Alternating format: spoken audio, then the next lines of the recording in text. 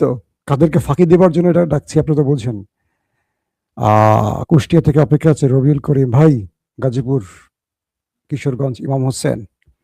আজকে কিন্তু আপনাদেরকে গুরুত্বপূর্ণ অনেকগুলো খবর দিব।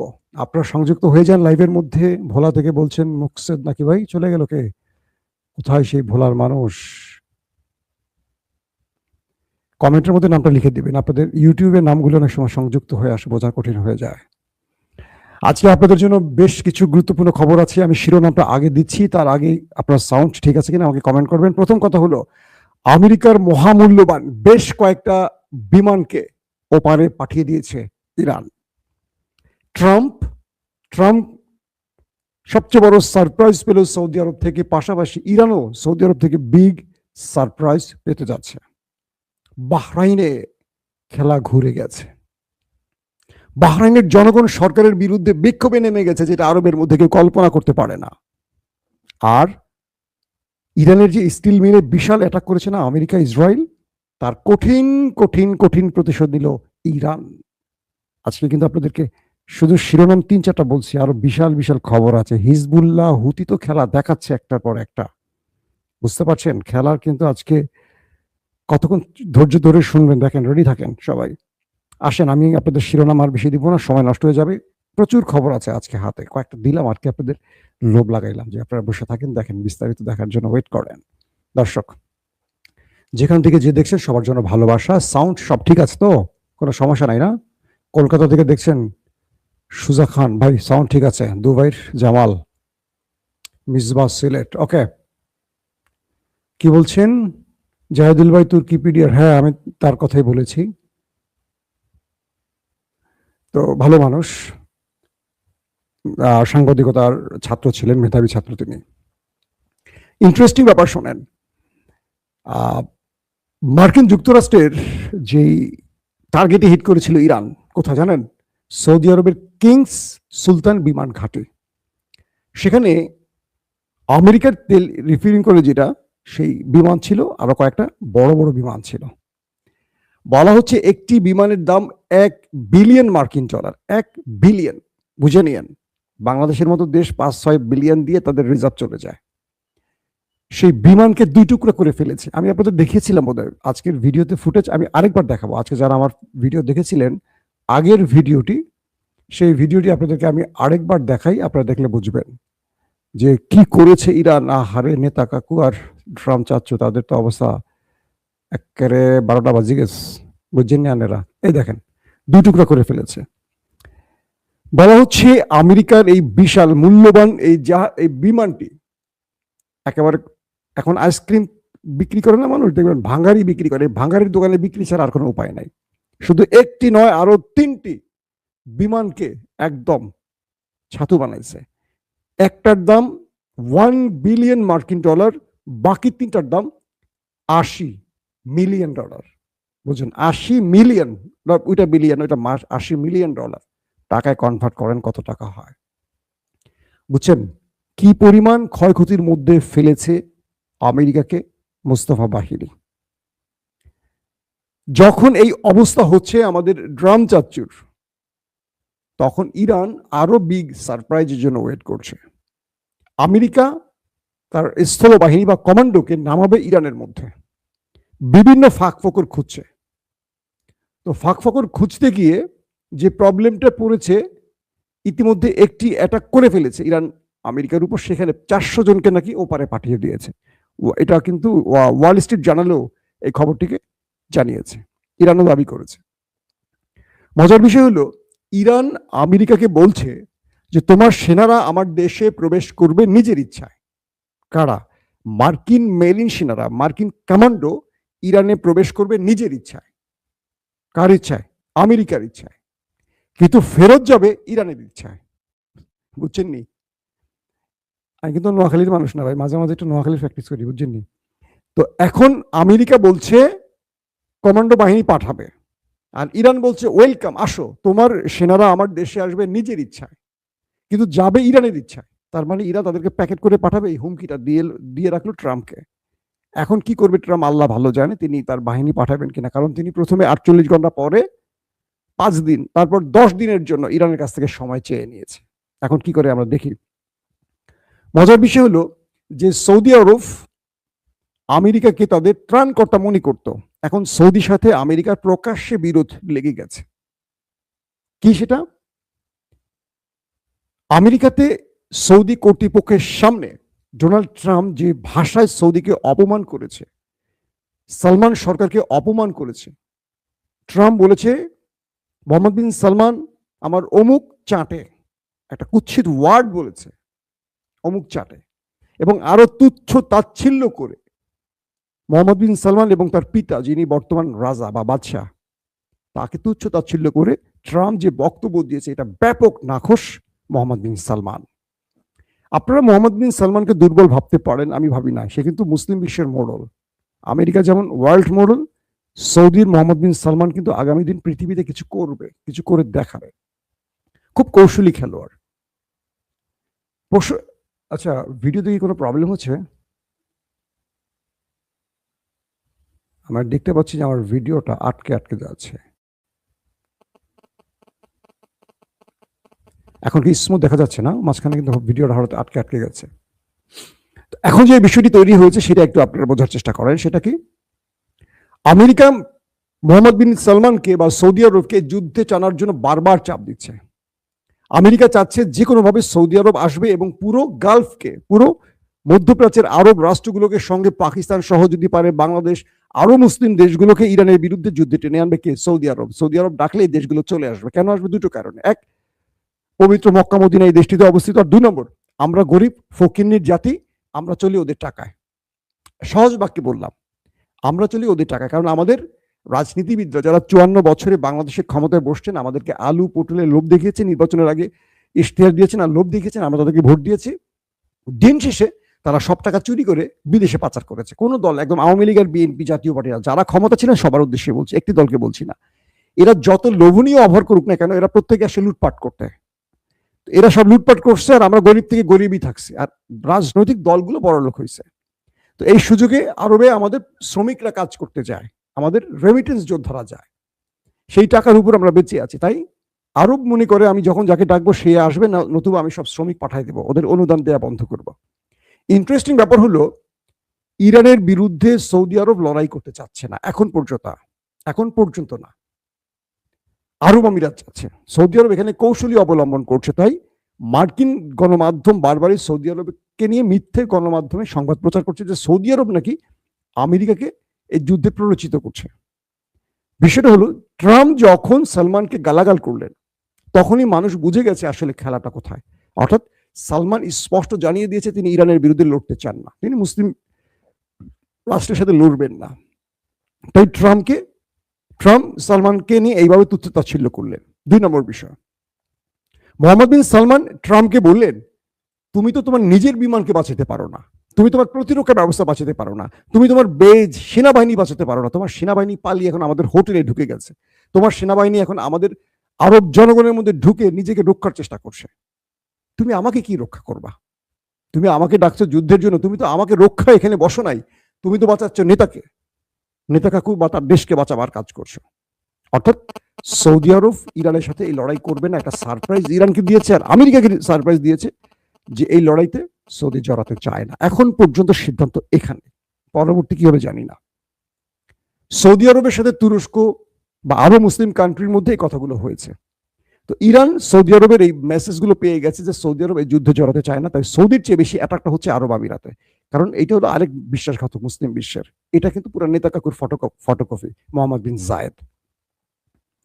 তো এখন যে অবস্থাটি তৈরি হয়েছে যে সৌদি আরব এক ঢিলে দুটো পাখি মেরেছে, আমেরিকাকে বুঝিয়ে দিয়েছে তুমি তোমাকে আগে রক্ষা করো, আমাকে রক্ষা করতে হবে না, আগে তুমি নিজেকে রক্ষা করো, তুমি তো নিজেই পালাচ্ছ, আমার দেশ ছেড়ে পালিয়ে বেড়াচ্ছ, তুমি আমাকে হুমকি দিচ্ছ, তুমি আমাকে এটা করবা সেটা করবা, তোমাকে এত টাকা পেট্রোল দিয়ে আমি রাখছি, তুমি কি করছো? তুমি তো আমাকে রক্ষা করতে পারো না, তুমি তো নিজেই রক্ষা করতে পারো না নিজেকে। এই অবস্থা দাঁড়ায় গেছে এখন আমেরিকা সৌদি আরবের সম্পর্ক। গতকালকে ইরানের স্টিল মিলে ব্যাপক অ্যাটাক করেছে ইসরায়েল এবং আমেরিকা। এরপর ইরান বলেছিল তুমি আমার যেখানে আক্রমণ করো আমি তোমার সেখানেই আক্রমণ করব। খুব মজার বিষয়, আজকে গালফ কান্ট্রির কয়েকটি দেশে আমেরিকা এবং ইসরায়েলের মালিকানাধীন কয়েকটি স্টিল মিলে কারখানায় অ্যাটাক করেছে। শুধু সেখানেই নয়, ইসরায়েলের বেশ সেবায় সবচেয়ে বড় স্টিল কারখানাটিতে ইরান মিসাইল দিয়ে একদম ধোলাইখাল বানিয়ে ফেলেছে, জয় বাংলা করে দিয়েছে। এই জয় বাংলা শব্দটা আমাদের পিনাকি দাদা বলে না? তো বিষয়টা হলো যে ইরানকে যেখানে মারা হয়, ইরান একদিন পরে হোক আর 24 ঘন্টার মধ্যে হোক আর 30 মিনিট পরে হোক, ওই জায়গাটাই মারে। প্রথমে গালফ কান্ট্রিতে মেরেছে, তারপর দখলদারদের বেশ সেবায় তাদের সবচেয়ে বড় স্টিল মিল। আমি যে ভিডিও দেখলাম যে আগুন জ্বলছে দাউ দাউ করে, ওরে মিসাইলের হিট রে বাবা রে বাবা। এই মিসাইল কই পাইলো ওরা? পৃথিবীতে এরকম মিসাইল আমি আমার সাংবাদিকতার জীবনে আমি যত দেখলাম, ইরাক কি বলে রাশিয়া ইউক্রেনের যুদ্ধ দেখছি, এত বড় আকারে তাণ্ডব চালা এরকম মিসাইল আমি দেখি নাই ভাই। ইরান এখন সেই লেভেলের মিসাইল গুলো মারছে, দিচ্ছে ইসরায়েলের বীর সেবাকে। আমেরিকা ইরানের শিক্ষা প্রতিষ্ঠানে, ইউনিভার্সিটি, স্কুলে আবারও হিট করেছে। ওই দুটো দেশ, নেতা কাকু আর ট্রাম্প চাচ্চু। ইরান আজকে ঘোষণা দিয়েছে যে তোমরা আমাদের বিদ্যাপীঠে, শিক্ষা প্রতিষ্ঠানে হিট করেছো। তো গালফ কান্ট্রিতে, মানে আরব রাষ্ট্রের মধ্যে যেখানে ইসরায়েল এবং আমেরিকার মালিকানাধীন শিক্ষা প্রতিষ্ঠান আছে, তাদেরকে রেড নোটিশ পাঠিয়েছে ইরান। পাশাপাশি ইসরায়েলেও রেড নোটিশ পাঠিয়েছে, একদম বলে দিয়েছে কোন কোন বিশ্ববিদ্যালয় মারবে। বলছে যে আমরা এই এই বিশ্ববিদ্যালয় মারতে যাচ্ছি। দেখেন আজকে রাতের মধ্যে এই বিশ্ববিদ্যালয়গুলো ছাতু বানিয়ে দেবে ইরান। ইরান ঘোষণা দিয়ে ফেলছে। এই যুদ্ধের সবচেয়ে ইন্টারেস্টিং পয়েন্ট কি জানেন? ইরান প্রথমে টার্গেট করে না, ইরান আক্রান্ত হয়, সেম জায়গায় আবার আক্রমণ করে। কিন্তু মজার বিষয়, ইরান ঘোষণা দিয়ে দিচ্ছে যে আমি কালকে বা কিছুক্ষণ পর ওখানে আক্রমণ করব, সকল জনগণ, সিভিলিয়ানরা আপনারা সরে যান। সব সরে যাচ্ছে, তারপর আক্রমণ করছে। কিন্তু মজার বিষয়, সকল প্রতিরক্ষা ব্যবস্থা দিয়ে আমেরিকা এবং ইসরায়েল সেটা রক্ষা করতে পারছে না।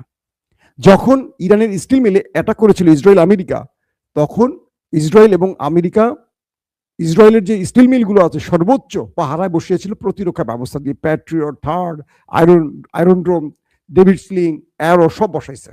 ইরান সব ঘোষণা দিয়ে প্রকাশ্যে এসে মিসাইল মেরে সেটাকে লন্ড ভন্ড করে জয় বাংলা করে দিয়েছে।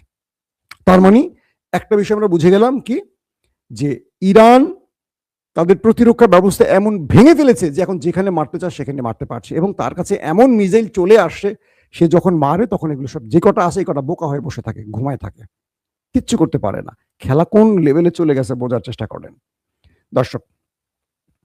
এখন আরেকটি বিষয় তৈরি হয়েছে যে এই পর্যন্ত বলা হচ্ছে প্রায় 2 ডজন মার্কিন বিমানকে ওপারে পাঠিয়েছে ইরান। এটার ব্যয়, বিশাল ব্যয়, ধারাবাহিকভাবে আসছে। এবং আরো মজার বিষয় হলো বাহরাইনে, ইতিমধ্যে বাহরাইনে ব্যাপক বিক্ষোভ শুরু হয়ে গেছে। বাহরাইনের জনগণ বলছে তুমি মার্কিন ঘাঁটি বন্ধ করে দিয়ে আমাদের নিরাপত্তা দাও, তুমি ওই আমেরিকা ইসরায়েলের দালালি করতে গিয়ে আমাদেরকে তুমি মারছো কেন? আরব কান্ট্রিতে কিন্তু জনগণ বিক্ষোভ মিছিল কিছু করতে পারে না। বাহরাইনের মধ্যে বিক্ষোভ শুরু হয়ে গেছে ইরানের পক্ষে, বাহরাইন সরকারের বিরুদ্ধে। এই ঝড় প্রত্যেকটা আরব রাষ্ট্রে আসবে, শুধু ওয়েট করেন। কিভাবে? যখন ডোনাল্ড ট্রাম্পের বিরুদ্ধে আমেরিকাতে 1 কোটি মানুষ নেমে গেছে 3000 শহরের বেশি অঞ্চলে, পুরো ইউরোপের বেশ কয়েকটি শহরে, ফ্রান্স, জার্মান, ইতালি, কি বলে স্পেন সহ আরো বহু দেশে ট্রাম্প বিরোধী বিক্ষোভ শুরু হয়ে গেছে, এবং পুরো আমেরিকার মধ্যে প্রায় 1 কোটি মানুষ নেমে গেছে। পাশাপাশি ইসরায়েলের ভিতরে নেতানিয়াহুর বিরুদ্ধে এখন ব্যাপক বিক্ষোভ চলছে। সরকার ঘোষণা দিয়েছে 50 জনের অধিক এক জায়গায় হলি গ্রেফতার। তারপরও মানুষ নেমে গেছে রাস্তায়। ইসরায়েলে চলছে পুলিশের সাথে মোটামুটি ফুটবল খেলা। যারা চেয়েছিল ইরানের সরকার ফেলে দিতে, ইসরায়েল আমেরিকা, তাদের সরকার এখন টালমাটাল। ইরানের সরকার টিকে আছে। খেলা কোন লেভেলে বুঝছেন চলে গেছে। ইরানের রেজিম চেঞ্জ তার হচ্ছে না, হবেও না, এটা শেষ। ইরান টিকে গেছে, এই রেজিমই থাকবে। কিন্তু আমেরিকা এবং ইসরায়েলের রেজিম এখন টান পড়ে গেছে। বড় বড় গণমাধ্যমগুলো বলছে যুদ্ধ শেষ হলে নেতানিয়াহু জেলে চলে যাবেন, এবং ট্রাম্প আগামী মধ্যবর্তী নির্বাচনে হেরে যাচ্ছেন। তার জনপ্রিয়তা এখন নেমে গেছে 30-এর নিচে। এই লেভেলে চলে গেছে তাদের অবস্থা। তারা চেয়েছিল কি আর হয়ে গেছে কি। এখন বলা হচ্ছে যে বাহরাইনের এই বিক্ষোভ আরবের বাকি দেশে ছড়িয়ে পড়তে পারে, আর সৌদি, কাতার, কুয়েত এটি বুঝে গেছে। তাই তারা ইরানের সাথে আর কোনো প্রকার 2 নম্বরিতে যাচ্ছে না। তারা নীরবে ইরানের সাথে আলোচনা করছে যে তুমি আমার এখানে মারো না, ওইখানে মারো না, ওইখানে লাগলে মারো, ওইখানে আমেরিকা আছে ওইখানে মারো, আমারে মারো না। কেন যেন আন্ডারস্ট্যান্ডিং একটা ভিতরে আছে, কারণ এই পর্যন্ত কোনো আরবিয়ান বা আরব মরে নাই, আরবের নিজস্ব সম্পদ ধ্বংস হয় না ইরানের অ্যাটাকে, একটা আন্ডারস্ট্যান্ডিং ভিতরে আছে। এটা আমার কাছে ক্লিয়ার মনে হচ্ছে। হুতি এবং হিজবুল বাহিনী খেলা শুরু করে দিয়েছে উত্তর আর দক্ষিণ অঞ্চল ইসরায়েলের। বড় আকারে অ্যাটাক চলছে, একটার পর একটা অ্যাটাক চলছে। পাশাপাশি ইরান থেকে তো অ্যাটাক চলছে, সিরিজ অ্যাটাক। 3 পয়েন্ট থেকে তাদের অ্যাটাক করে পাগল করে দিয়েছে নেতানিয়াহুকে। তিনি কোন ফ্রন্ট ঠেকাবেন? তিনি তার জনগণ এখন বলছে যে আমাদেরকে তুমি কি আশ্বাস দিচ্ছ? এখন আমরা রাতে ঘুমাইতে পারি না, সাইরেন বাজে সারাদিন, আমরা বাংকারে বাংকারে থেকে আমাদের মানসিক রুগী বানায় ফেলছো। আর আমরা, তুমি আমাদের শুনে দিচ্ছ কি? আমরা দেশের মধ্যে দেখতে পাচ্ছি কি সব ধোলাই খাল বানায় ফেলছে, সব জয় বাংলা করে ফেলছে। তুমি আর বড় বড় কথা বলো, বিদায় নাও তুমি। বোঝেন এখন কি অবস্থা। ইরান আরেকটি গুরুত্বপূর্ণ ঘোষণা দিয়েছে। তারা আন্তর্জাতিক পরমাণু কমিশন থেকে, যেটাকে বলে IAEA, তার সাথে যে তাদের চুক্তি ছিল, সেই চুক্তি থেকে ইরান নিজেকে গুটিয়ে নিচ্ছে, বলছে আমরা এই চুক্তির সাথে আর থাকবো না। তার মানে ইরান পারমাণবিক পরীক্ষা চালাতে যাচ্ছে, বোঝা যাচ্ছে, বা পারমাণবিক বা নিউক্লিয়ার বোমা বানাতে যাচ্ছে, ক্লিয়ার কথা। IAEA এর সাথে তাদের যে চুক্তি বা আন্তর্জাতিক বা জাতিসংঘের যে চুক্তিটি, সেটি বাতিল করতে যাচ্ছে ইরান। কারণটা কি? তারা অভিযোগ তুলেছে যে IAEA এর যে ব্যক্তিরা আমাদের দেশে আসতো আমাদের নিউক্লিয়ার বা পারমাণবিক প্রকল্প ভিজিটের জন্য, এরা মূলত আমেরিকা এবং ইসরায়েলের গুপ্তচর হিসাবে আসতো। আমরা এদেরকে আর ঢুকতে দেব না আমাদের দেশে। তার মানে ইরান এই বক্তব্যের মাধ্যমে বুঝিয়ে দিয়েছে বিশ্বকে, ইরান এখন নিউক্লিয়ার টেস্ট বা নিউক্লিয়ার বানাবার মূল ফরম্যাটে প্রবেশ করতে যাচ্ছে। এটা কিন্তু একটা বিগ নিউজ আজকের জন্য, বুঝতে পারছেন? দর্শক, এখন এই অবস্থার মধ্যে আরো কয়েকটা বিষয় জানা গেছে যে আমেরিকা যে কোনো ভাবে একটা ফেস সেভিং এর জন্য একটা ছোট হলেও জয় চায়, কিন্তু চারদিক থেকে ট্রাম্পের জন্য পরাজয়ের গল্প আসছে। একদিকে দেশের ভেতরে 1 কোটি মানুষ, এটা কয়েকদিন চললে 10 কোটি মানুষ হয়ে যাবে, নির্ঘাত। পুরো পৃথিবী থেকে অব্যাহত চাপ, হরমুজ প্রণালী খুলতে পারেনি, বাবুল মন্দব বন্ধ হয়ে যাচ্ছে আস্তে আস্তে। রাশিয়া বলে দিয়েছে তেল দেবে না, অর্থাৎ আমেরিকা রাশিয়ার উপর থেকে নিষেধাজ্ঞা প্রত্যাহার করেছে, ইরানের উপর থেকে তেল এক্সপোর্টের নিষেধাজ্ঞা প্রত্যাহার করছে। আর রাশিয়া বলছে 1 এপ্রিল থেকে 31 জুলাই পর্যন্ত, প্রায় 4 মাস, না? এপ্রিল, মে, জুন, জুলাই, 4 মাস তারা পেট্রোল কিছু বিক্রি করবে না, তাদের নিজেদের প্রয়োজনে লাগবে। তার মানে কৌশলে রাশিয়া গুটিটি ইরানের কোর্টে ছেড়ে দিল। কারণ এই মুহূর্তে রাশিয়া ইরান তেল দিলে ইউরোপ আপাতত বেঁচে যাবে, কিন্তু রাশিয়া ইরান তাদেরকে তেল দেবে না, মানে ইউরোপকে বোঝাচ্ছে তুমি এবার ট্রাম্পকে পেটাও। অর্থাৎ গালফ কান্ট্রির তেল আটকে দিয়ে পুরো ইউরোপকে, পুরো পৃথিবীকে, আমেরিকার মিত্রদেরকে কাপড় খুলে ছেড়ে দেওয়ার পরিকল্পনা করছে চীন, রাশিয়া, ইরান মিত্র গ্রুপ। এখন এই যুদ্ধটা অস্ত্রের, এখন হবে তেলের যুদ্ধ। এই যুদ্ধ কোথায় গিয়ে ঠেকবে শেষ পর্যন্ত দেখেন। ইরানও বলছে আমরা তেল দিতে পারবো না, আমাদের নিয়মিত যারা আছে তাদেরকে দিয়ে আমরা সারতে পারছি না, তোমাদেরকে কি করে দেব। অর্থাৎ এখন এই লড়াইটাতে ট্রাম্পকে আন্তর্জাতিক জালে এমন ভাবে ইরান, রাশিয়া, চীন আটকে ফেলেছে। আজকে ফাইন্যান্সিয়াল টাইম তাদের প্রতিবেদনে বলেছে কি জানেন? ইরান আমেরিকাকে সুপার পাওয়ার থেকে নামিয়ে চীনকে বসাতে যাচ্ছে। বুঝতে পারছেন খেলা কোথায় চলে গেছে? তার মানে আমরা একটা বিষয় বুঝে গেলাম, ট্রাম্প এবং নেতানিয়াহু যে উদ্দেশ্যে এসেছিলেন, নিজেকে যে ক্ষমতাবান মনে করেছিলেন, বা তারা মনে করেছেন পৃথিবীর সব ওয়ার্ল্ড অর্ডার তারা নিয়ন্ত্রণ করবেন, ইরান এক চালে খেলা শেষ করে দিয়েছে। এখন খেলা চলছে 3টি রাষ্ট্রের মধ্যস্থতায়, চীন, রাশিয়া, ইরান। এবং ইরান হলো রাশিয়া, চীনের মূল তুরুপের তাস।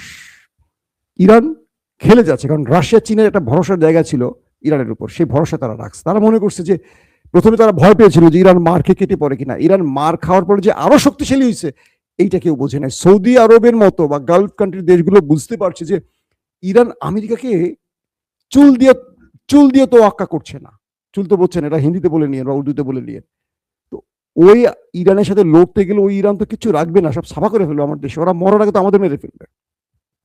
আর যেহেতু মুসলিম বিশ্বের বাকি মোড়লরা পেছনে খেলছে, এরদোয়ানরা খেলছে, তারা মুসলিম বিশ্বকে বলছে খবরদার, ইরানকে তোমরা তোমাদের শত্রু হিসেবে বিবেচনা করে লড়াইতে যেও না, কারণ গ্রেটার ইসরায়েলের জন্য নেমে পড়বে নেতা চাচ্ছ। সো তোমরা ইরানের সাথে লড়বা না, যতটা পারো ট্রাম্পকে ম্যানেজ করে চলো, ম্যানেজ করো, কিন্তু ইরানের বিরুদ্ধে যায়ও না। এখন পর্যন্ত আরবরা ইরানের বিরুদ্ধে যুদ্ধে নামেনি। অনেক রকম ইঙ্গিত দিচ্ছে ফাকফুকুর দিয়ে আরব আমিরাত, কিন্তু সৌদি না নামলে আরব আমিরাত একা নামবে না। কারণ আরব আমিরাত নামলে আরব আমিরাত অর্ধেক ভূমি কিন্তু ইরান দখল করে ফেলবে, তার প্রতিবেশী দেশ। ইরান কিন্তু ছাড় দেওয়ার মতো শক্তি না এখন, কারণ ইরান আমেরিকাকে তোয়াক্কা করছে না, আর ওইটার তো মারছে নেতা সাহেবরা। আহারে আল্লাহ, মায়া লাগে বেচারার জন্য। বেচারা যে কি হবে, সবাই তার জন্য একটু দোয়া করেন ভাই, সেই জন্য সহি সালামতে উপরে চলে যায়।